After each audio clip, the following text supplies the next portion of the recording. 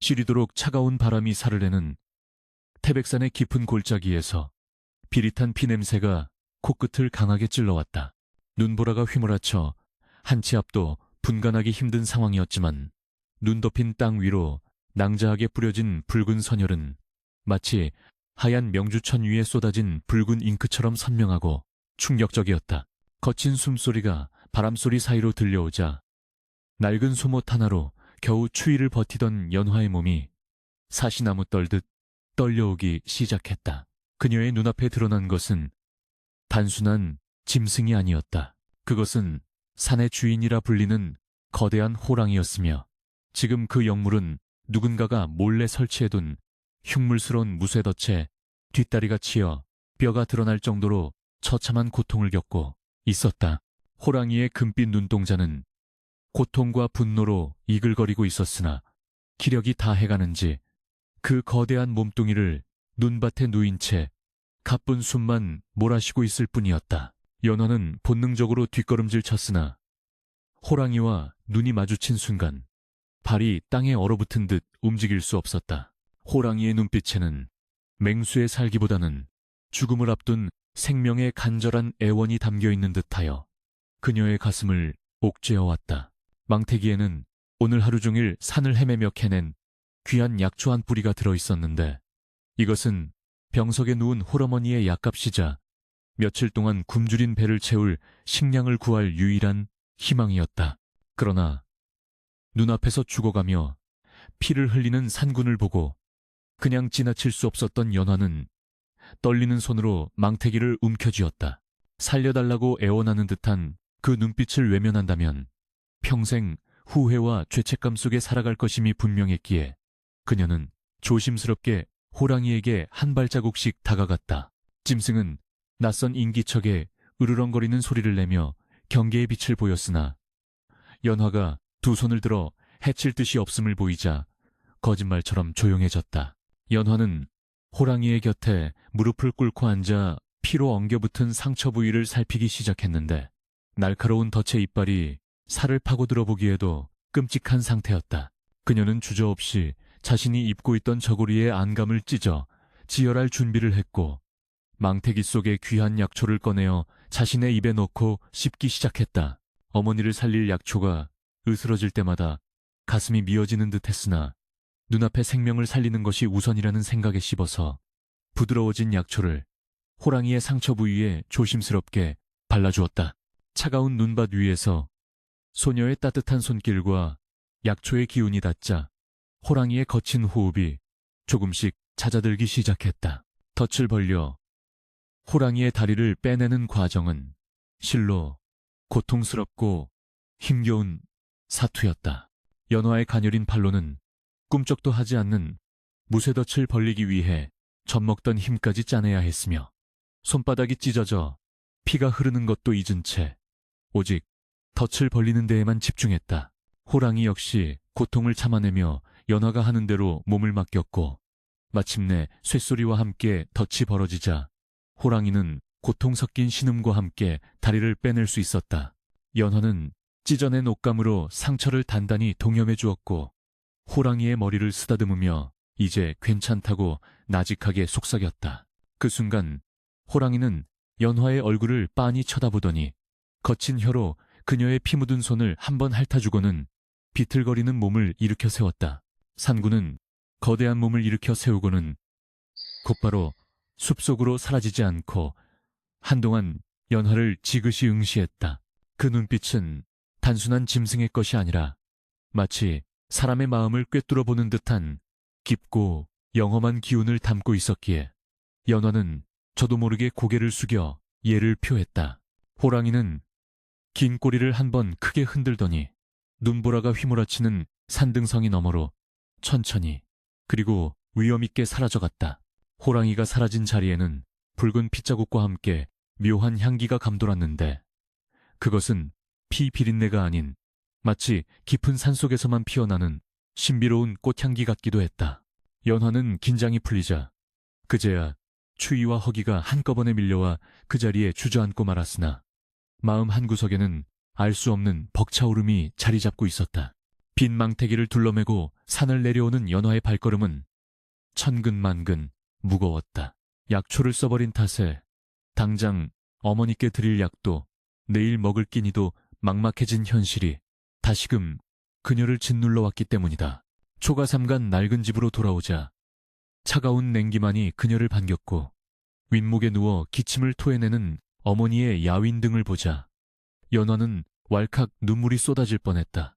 그녀는 어머니에게 호랑이를 만난 이야기는 차마 하지 못하고 죄송함과 막막함에 잠 못 이루던 연화는 어머니의 손을 꼭 잡고 잠이 들었는데 그날 밤 그녀는 평생 잊지 못할 기이한 꿈을 꾸게 되었다. 꿈속에서 연화는 다시금 눈보라치는 태백산 한가운데 서 있었으나 춥기는커녕 마치 봄날의 햇살처럼 따스한 기운이 온몸을 감싸고 있었다. 안개가 자욱하게 걷히면서 눈앞에 하얀 수염을 길게 늘어뜨린 노인이 나타났는데 그는 하얀 도포자락을 휘날리며 인자한 미소를 짓고 있었다. 노인의 곁에는 낮에 연화가 구해주었던 그 거대한 호랑이가 얌전하게 엎드려 있었고 호랑이의 상처는 씻은 듯이 나아 금빛 털이 눈부시게 빛나고 있었다. 노인은 연화에게 다가와 가만히 그녀의 머리를 쓰다듬으며 네가 가진 그 고운 마음이 산을 감동시켰으니 산이 너에게 보답할 것이라는 알 수 없는 말을 건넸다. 노인은 품에서 영롱한 비추색 빛을 발하는 작은 씨앗 같은 것을 꺼내어 연화의 손에 쥐어주었다. 그 씨앗은 닿자마자 연화의 손바닥으로 스르르 스며들어 사라졌는데 그 느낌이 너무나 생생하여 연화는 꿈속에서도 자신의 손을 내려다보며 놀라워했다. 노인은 이제 너의 손길이 닿는 모든 생명은 다시 숨을 쉴 것이며 너는 산의 딸로서 그 귀한 능력을 세상에 베풀라는 당부를 남기고 호랑이 등에 올라타고는 구름 속으로 사라져 갔다.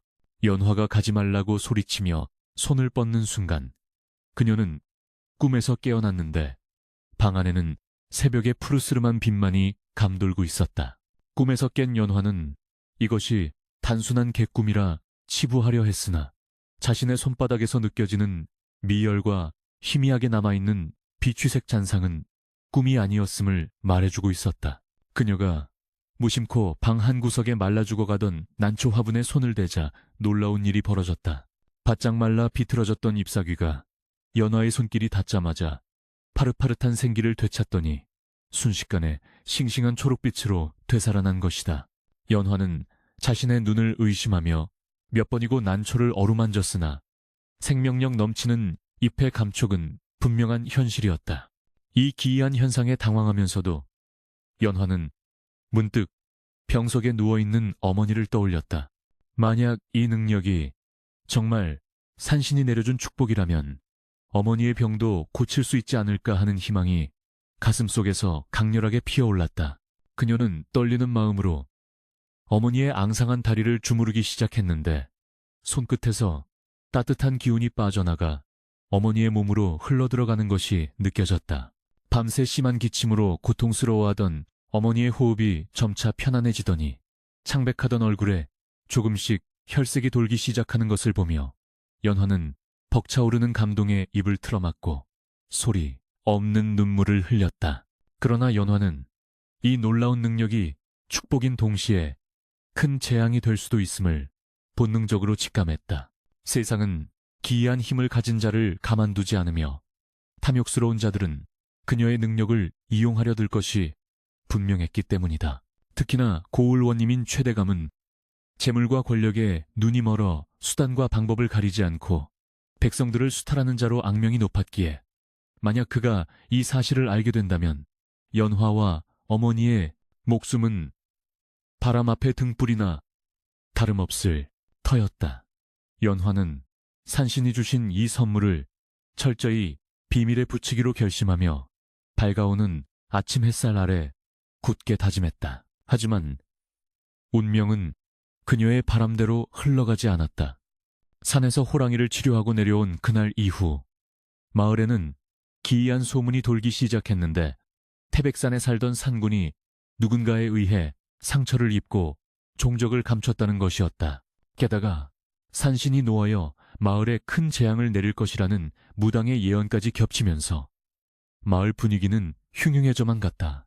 호랑이 가죽을 얻어 한양의 고관들에게 뇌물로 바치려던 최대감은 호랑이를 놓쳤다는 보고에 격분하여 포수들을 닥달하기 시작했고, 산을 자주 오르내리는 약초꾼들을 샅샅이 조사하라는 명령을 내렸다.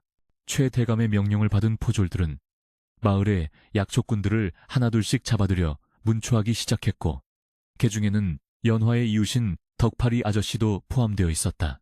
연화는 불안한 마음에 문 밖을 나가지 못하고 어머니 곁을 지켰으나 관아에 섰을 퍼런 감시는 점점 그녀의 집을 향해 조여오고 있었다. 그녀가 호랑이를 만났던 그날 입고 있었던 피 묻은 옷까지는 비록 아궁이에 태워버렸지만 찢어진 옷자락과 사라진 약초에 대한 해명은 쉽게 준비할 수 있는 것이 아니었다. 가난하지만 평화롭던 연화의 삶에 검은 그림자가 드리우기 시작한 것이다. 그러던 어느 날 연화가 산속에서 몰래 캐온 약초를 장터 구석에서 팔고 있을 때였다. 험상궂게 생긴 포졸 2명이 그녀의 앞을 막아서며 위압적인 태도로 그녀의 망태기를 뒤지기 시작했다. 그들은 연화가 파는 약초들이 일반적인 것보다 훨씬 상태가 좋고 싱싱하다는 점을 트집 잡으며 이것이 산신을 속이고 훔쳐온 것이 아니냐며 억지를 부렸다. 연화는 억울함을 호소했으나 그들은 막무가내였고 급기야는 연화를 관아로 끌고 가려 했다. 그때 장터 사람들 사이에서 웅성거리는 소리와 함께 누군가가 나서서 포졸들을 말렸는데 그는 바로 최대감의 외동아들인 최도령이었다. 최도령은 아버지와 달리 성품이 온화하고 학식을 갖춘 인물로 평소에도 백성들의 어려움을 살피려 노력하는 사람이었다. 그는 포졸들을 준엄하게 꾸짖어 돌려보내고 연화에게 사과하며 떨어진 약초들을 주워 담아주었다. 연화는 감사함을 표하면서도 혹여나 최도령이 자신의 능력을 눈치챌까봐 서둘러 자리를 피하려 했으나 최도령은 그녀의 손에서 느껴지는 기이한 온기에 잠시 멈칫하는 기색을 보였다. 그는 연화의 뒷모습을 한참 동안 바라보며 무언가 깊은 생각에 잠긴 듯 했는데 이것이 훗날 연화에게 어떤 인연으로 다가올지는 아무도 알 수 없었다. 집으로 돌아온 연화는 가슴을 쓸어내리며 어머니를 안심시켰으나 마음 한구석의 불안감은 가시지 않았다. 호랑이와의 만남, 산신의 선물, 그리고 최대감의 탐욕과 최도령의 등장까지 모든 것이 마치 거대한 폭풍의 전조처럼 느껴졌다. 태백산의 바람은 더욱 거세지고 밤마다 들려오는 산짐승들의 울음소리는 마치 다가올 비극을 경고하는 듯 구슬프게 들려왔다.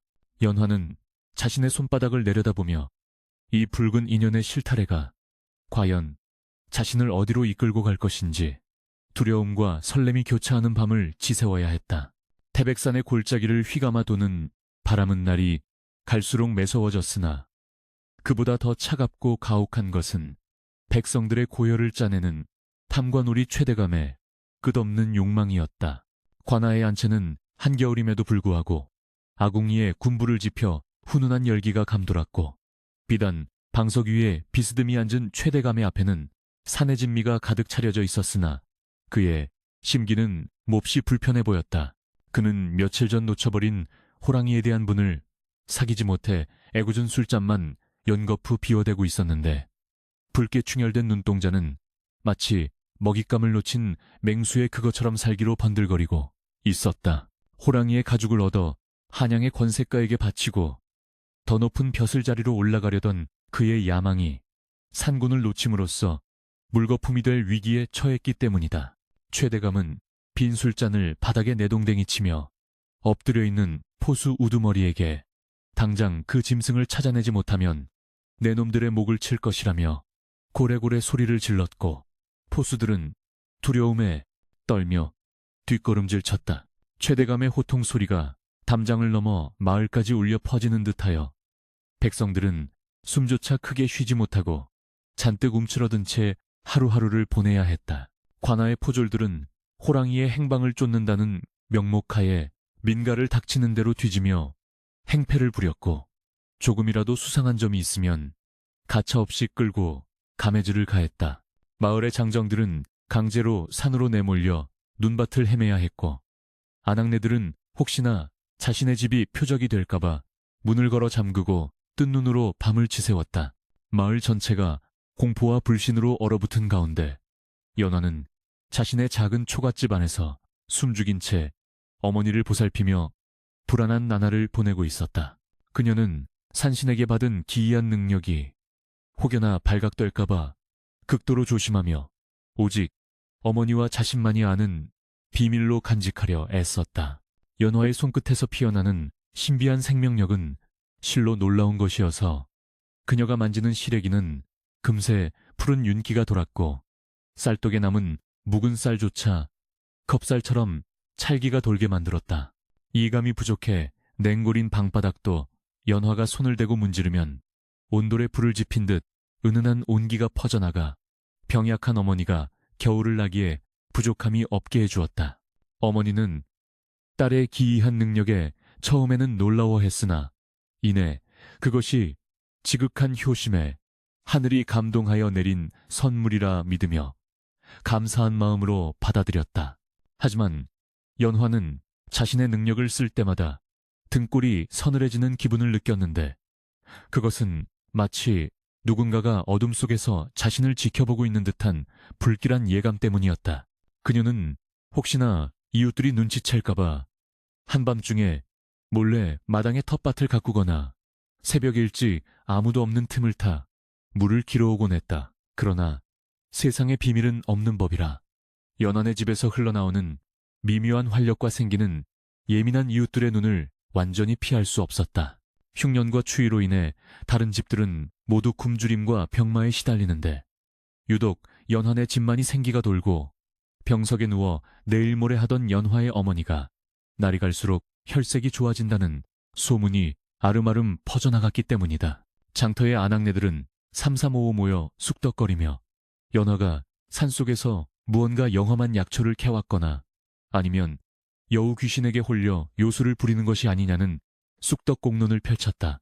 이러한 소문은 질투와 시기심이 섞여 점점 부풀려졌고 결국 관아의 첩자 귀에까지 들어가고야 말았으니 이는 연화에게 닥쳐올 재앙의 서막이나 다름없었다. 어느 날 저녁, 연화가 어머니에게 드릴 죽을 끓이고 있을 때 살인문이 거칠게 열리며 관아의 포졸들이 들이닥쳤다.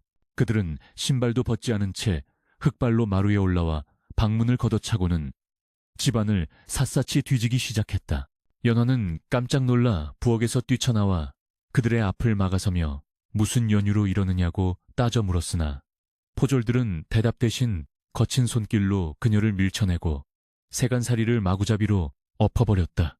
깨진 항아리 조각과 쏟아진 곡식들이 바닥에 나뒹굴고 어머니의 비명소리가 터져나오자 연화는 분노와 공포가 뒤섞인 눈빛으로 그들을 노려보았다. 포졸들의 우두머리 격인자는 연화의 멱살을 잡고 흔들며 내년이 산속에서 호랑이와 내통하고 요사스러운 술법을 쓴다는 제보가 들어왔다며 바른대로 불지 않으면 이 집을 불태워버리겠다고 협박했다. 연화는 숨이 막혀오는 고통 속에서도 필사적으로 고개를 저으며 억울함을 호소했으나 그들은 이미 그녀를 죄인 취급하며 듣지 않았다. 그들은 부엌 구석에 쌓아둔 약초들을 끄집어내어 바닥에 패대기 치고는 이것들이 한겨울에 구할 수 있는 평범한 풀뿌리가 아니라며 트집을 잡았다. 실제로 연화의 손길이 닿았던 약초들은 싱싱하게 살아있어 누가 봐도 의심을 살만했기에 연화는 말문이 막히고 말았다.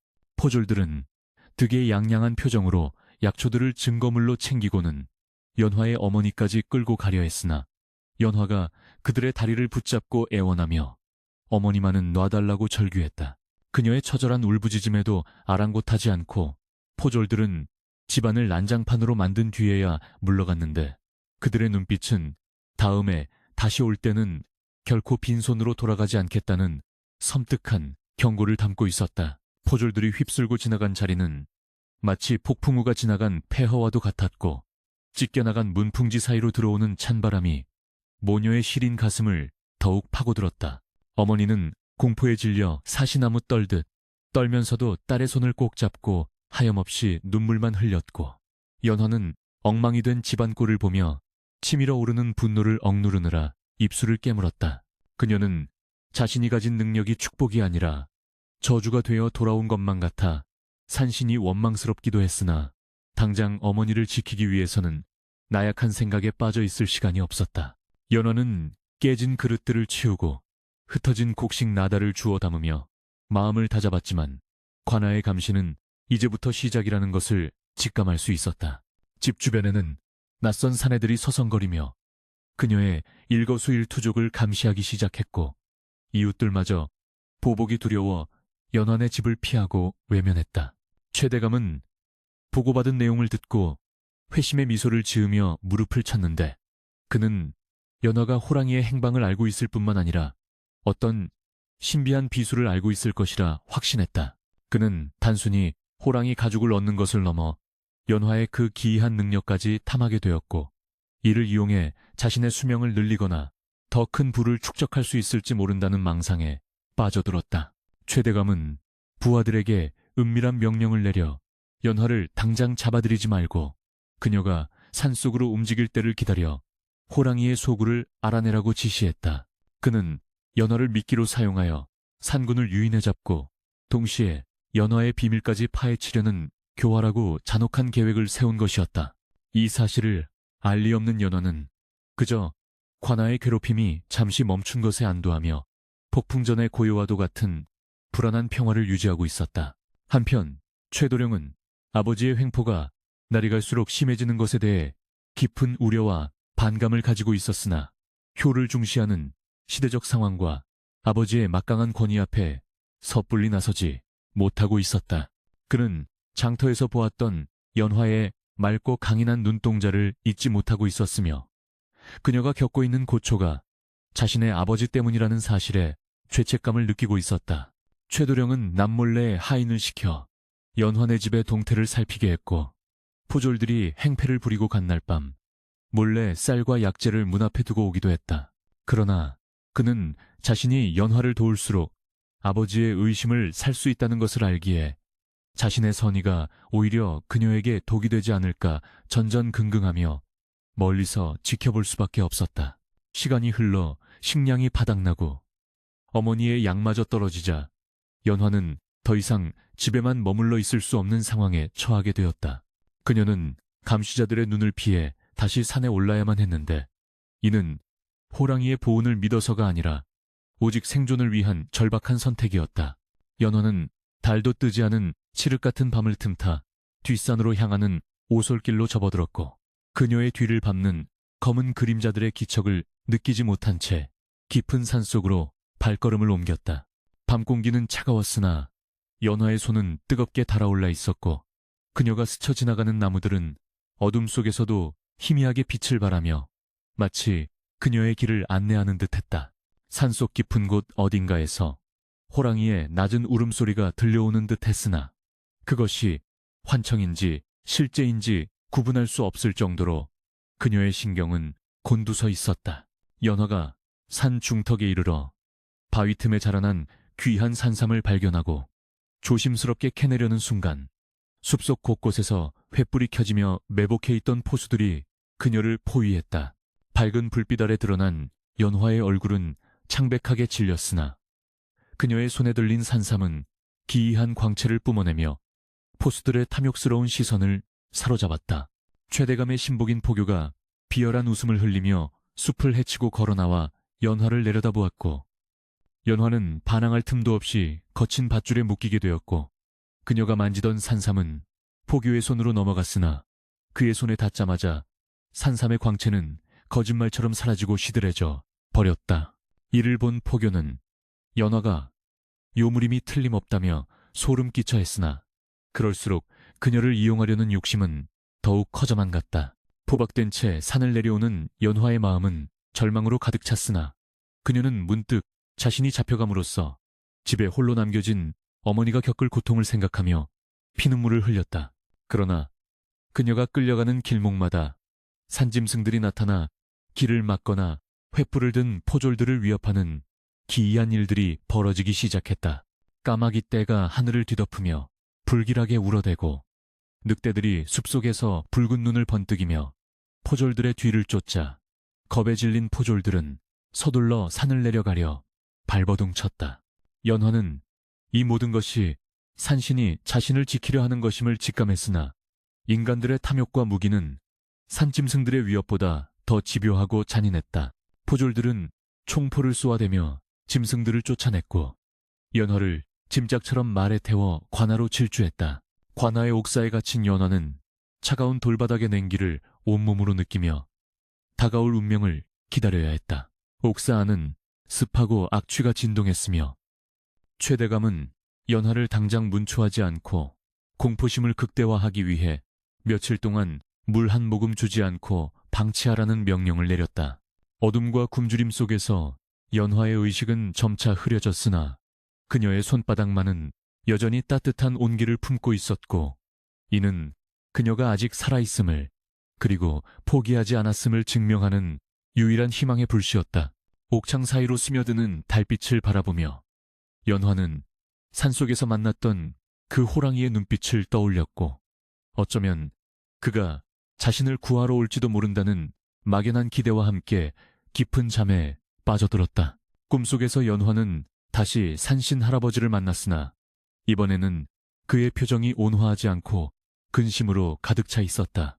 산신은 인간의 탐욕이 산을 더럽히고 있으며 곧 큰 피바람이 불어닥칠 것이라고 경고했다. 그는 연화에게 너의 시련이 끝나지 않았으나 너의 마음속에 있는 빛을 잃지 않는다면 반드시 길은 열릴 것이라는 수수께끼 같은 말을 남기고 사라졌다. 꿈에서 깬 연화는 옥사 밖에서 들려오는 웅성거림과 함께 무언가 심상치 않은 일이 벌어지고 있음을 감지했다. 그것은 최대감이 호랑이를 잡기 위해 마을 사람들을 인질로 삼아 대대적인 산행을 준비하고 있다는 소식이었고 연화는 자신의 존재가 마을 전체를 위험에 빠뜨렸다는 사실에 괴로워하며 주먹을 꽉 쥐었다. 이제 그녀는 자신의 능력을 숨기는 것이 아니라 드러내서라도 이 비극을 멈춰야 한다는 결심을 굳히게 되었다. 칠흑 같은 어둠이 내려앉은 관아의 옥사는 살아있는 지옥이나 다름없었다. 썩은 집단 냄새와 피비린내 그리고 배설물 악취가 뒤섞여 숨을 쉬는 것조차 고역이었고 곳곳에서 들려오는 죄수들의 신음소리는 밤의 정적을 깨뜨리며 공포심을 자극했다. 연화가 갇힌 간방 구석에는 역병에 걸려 죽어가는 노인이 거친 숨을 몰아쉬고 있었는데 그의 몸은 불덩이처럼 뜨거웠고 온몸에 검붉은 반점이 피어올라 보기에도 처참했다. 옥졸들은 전염될까 두려워 코를 막고 근처에도 오지 않았으며 다른 죄수들조차 노인을 피하며 구석으로 물러나 있었으나 연화만은 차마 그를 외면할 수 없었다. 그녀는 자신의 옷자락을 찢어 물을 적셔 노인의 이마를 닦아주었고 두려움에 떠는 노인의 손을 꼭 잡아주며 나직이 위로의 말을 건넸다. 생명이 꺼져가는 노인의 고통스러운 얼굴을 보며 연화의 가슴 속에선 뜨거운 연민이 솟구쳐 올랐다. 그녀는 주위를 살피며 옥졸들의 감시가 소홀한 틈을 타 자신의 양손으로 노인의 가슴을 지그시 눌렀고 마음속으로 산신에게 간절히 빌었다. 제발 이 불쌍한 영혼을 굽어 살펴달라는 그녀의 기도가 닿은 것일까? 연화의 손바닥에서 은은한 비취색 빛이 새어나오기 시작하더니 그 빛은 노인의 몸속으로 스며들어갔다. 차갑게 식어가던 노인의 몸에 온기가 돌기 시작했고 고통으로 일그러졌던 표정이 점차 편안해지더니 기침 소리가 잦아들며 깊은 잠에 빠져들었다. 기이하게도 악취가 진동하던 옥사 안에는 난데없이 그윽한 매화 향기가 퍼져나갔는데 이는 한겨울에는 결코 맡을 수 없는 향기였다. 이 믿을 수 없는 광경을 목격한 것은 연화뿐만이 아니었다. 옥사 순찰을 돌던 최도령이 창살 너머로 이 모든 과정을 지켜보고 있었던 것이다. 그는 아버지의 명령으로 죄인들을 감시하러 왔으나 눈앞에서 펼쳐진 기적에 얼어붙은 듯 자리를 뜰 수 없었다. 요사스러운 요술이라 치부하기에는 연화의 표정이 너무나 성스럽고 자유로웠으며 그녀의 손길이 닿은 곳에서 피어나는 생명력은 결코 사악한 기운이 아니었다. 최도령은 옥조를 물리치고 조용히 옥사문을 열고 들어가 연화 앞에 섰다. 인기척에 놀라 손을 거두고 뒷걸음질 치는 연화를 보며 최도령은 떨리는 목소리로 물었다. 그대가 가진 힘은 도대체 어디서 온 것이며 그대는 정령 사람이 맞는가? 연화는 최도령의 눈빛에서 저기가 아닌 순수한 호기심과 경외감을 읽었기에 조심스럽게 입을 열었다.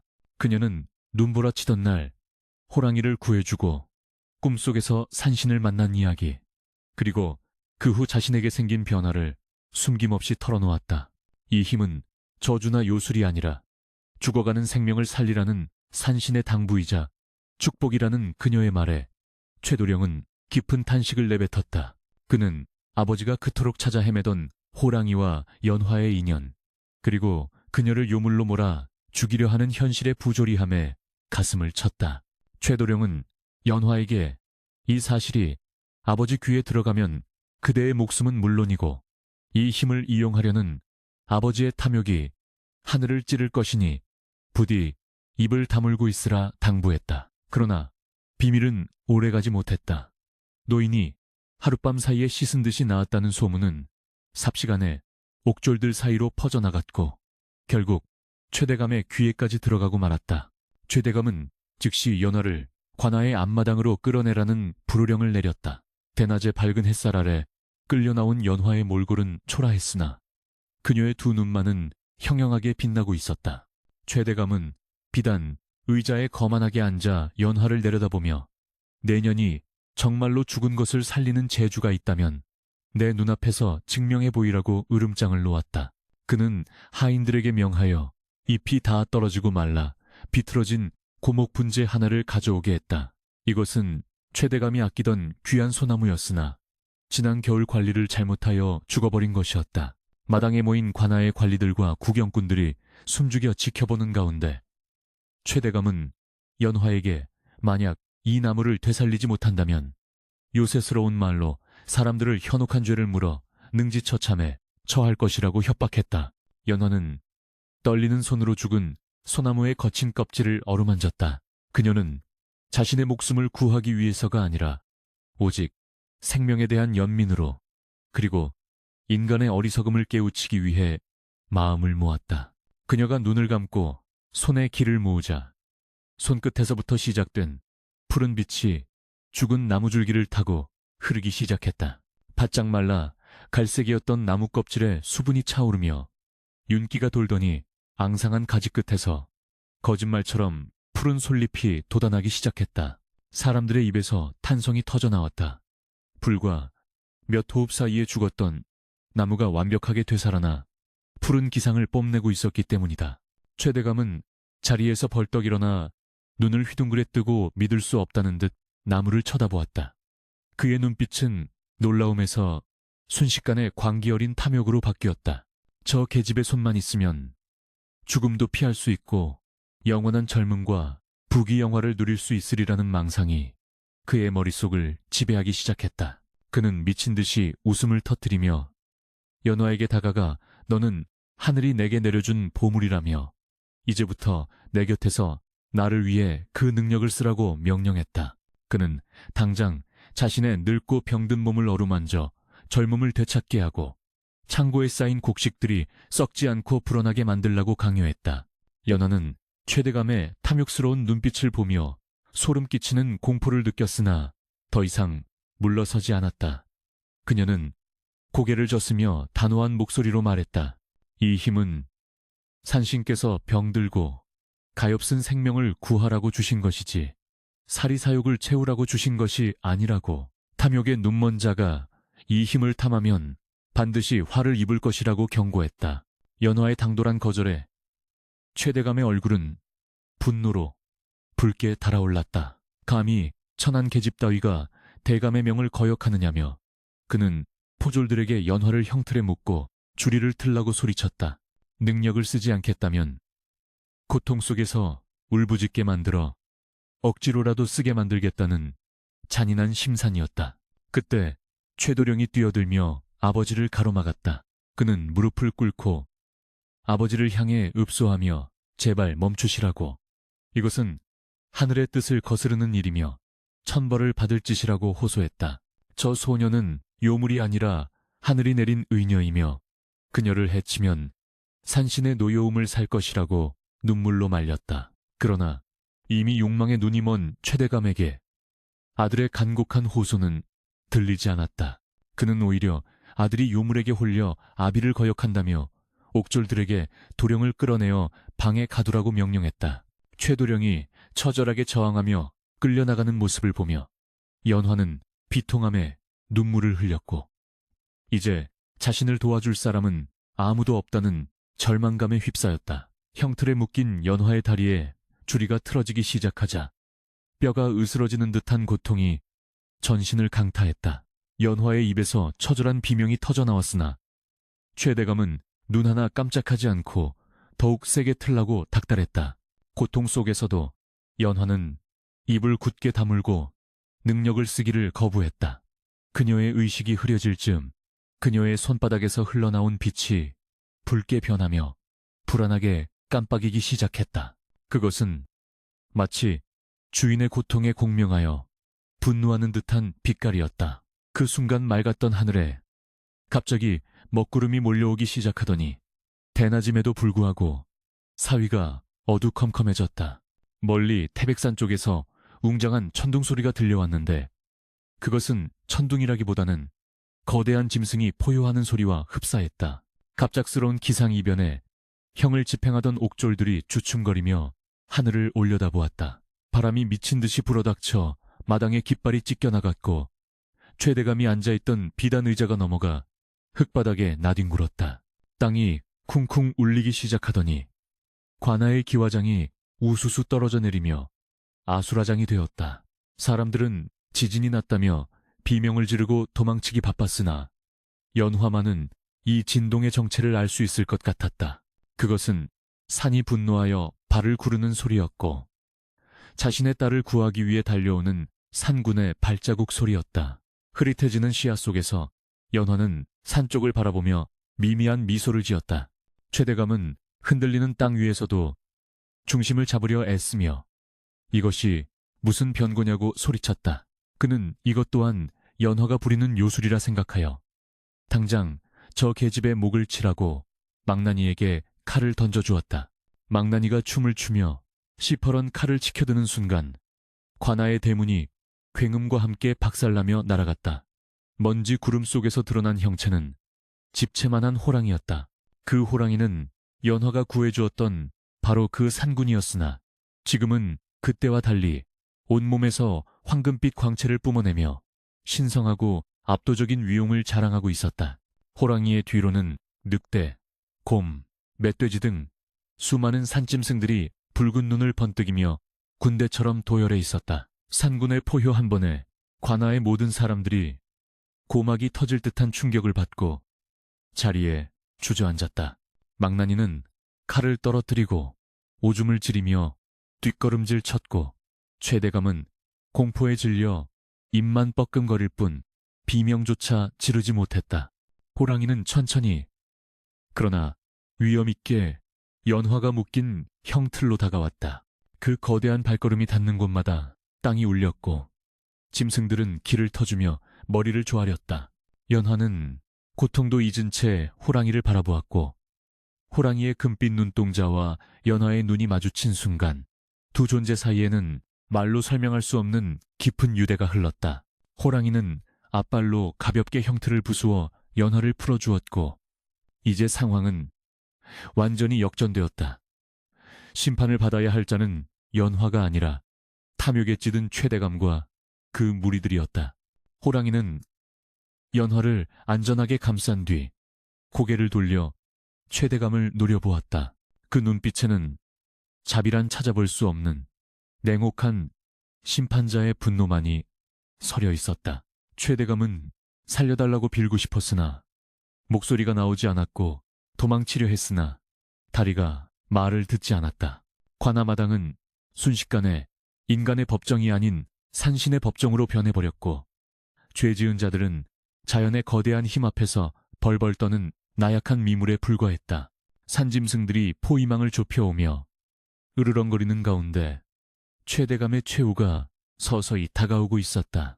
하늘이 찢어질 듯한 맹수의 포효가 관아의 담장을 넘어 고을 전체를 뒤흔들자 마당에 있던 포졸들은 손에 쥐고 있던 창과 칼을 힘없이 떨구었다.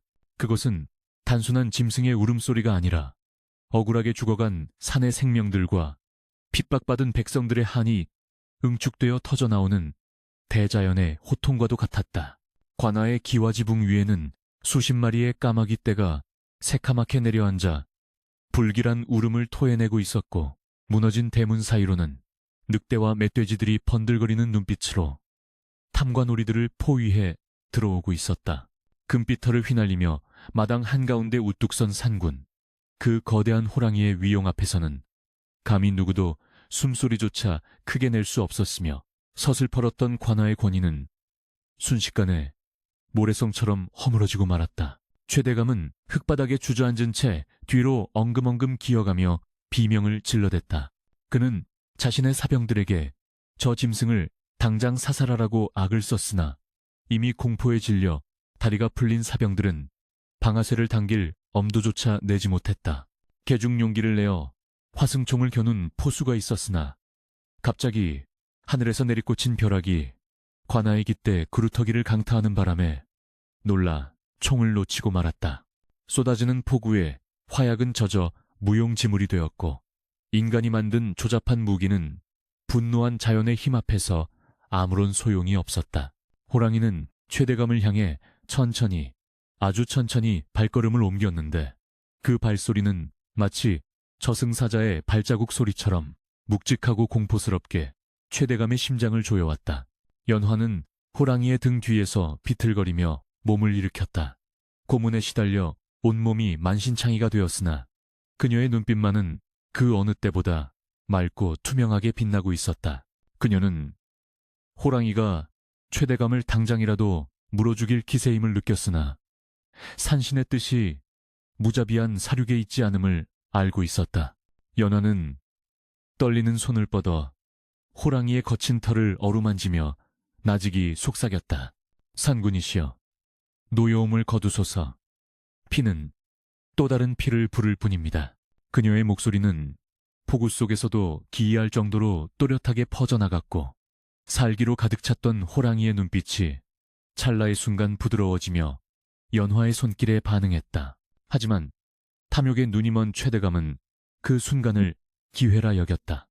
호랑이의 시선이 연화에게 쏠린 틈을 타 그는 품속에 숨겨두었던 단도를 꺼내들고 미친 듯이 달려들었다. 내 인연, 내년이 요물을 불러들여 나를 죽이려 하는구나. 죽어라. 다 같이 죽어. 최대감의 눈은 광기로 뒤집혀 있었고 그의 칼날은 호랑이가 아닌 연화의 심장을 노리고 있었다. 자신이 살 수 없다면 이 모든 사단이 나게 만든 원흉이라 생각한 연화라도 길동무로 삼겠다는 비열하고 악독한 심보였다. 그러나 산군의 반응 속도는 인간의 눈으로 쫓을 수 있는 것이 아니었다. 호랑이는 고개도 돌리지 않은 채 앞발을 가볍게 휘둘렀다. 둔탁한 타격음과 함께 최대감의 몸은 허공으로 붕 떠올라 관아의 대청마루 기둥에 처박혔다. 단도는 힘없이 바닥에 떨어졌고 최대감은 피를 토하며 바닥에 나뒹굴었다. 뼈가 부러지는 고통 속에서도 그는 악을 쓰며 저주를 퍼부어댔으나 그의 몰골은 이미 위험 있는 사또가 아닌 비참한 짐승만도 못한 꼴이었다. 그때 굳게 닫혀있던 사랑채 문이 열리며 최도령이 비틀거리며 뛰쳐나왔다. 그는 빗속을 뚫고 달려와 피를 토하는 아버지 앞을 막아서며 무릎을 꿇었다. 산군이시여, 그리고 연화 낭자여, 부디 자비를 베풀어 주십시오. 최도령은 흙탕물에 머리를 박으며 절규했다. 아비의 죄는 죽어 마땅하나 자식된 도리로 차마 아비가 짐승의 발톱 아래 찢겨 죽는 것을 볼 수가 없습니다. 차라리 저를 벌하시고 아비의 목숨만은 살려주십시오.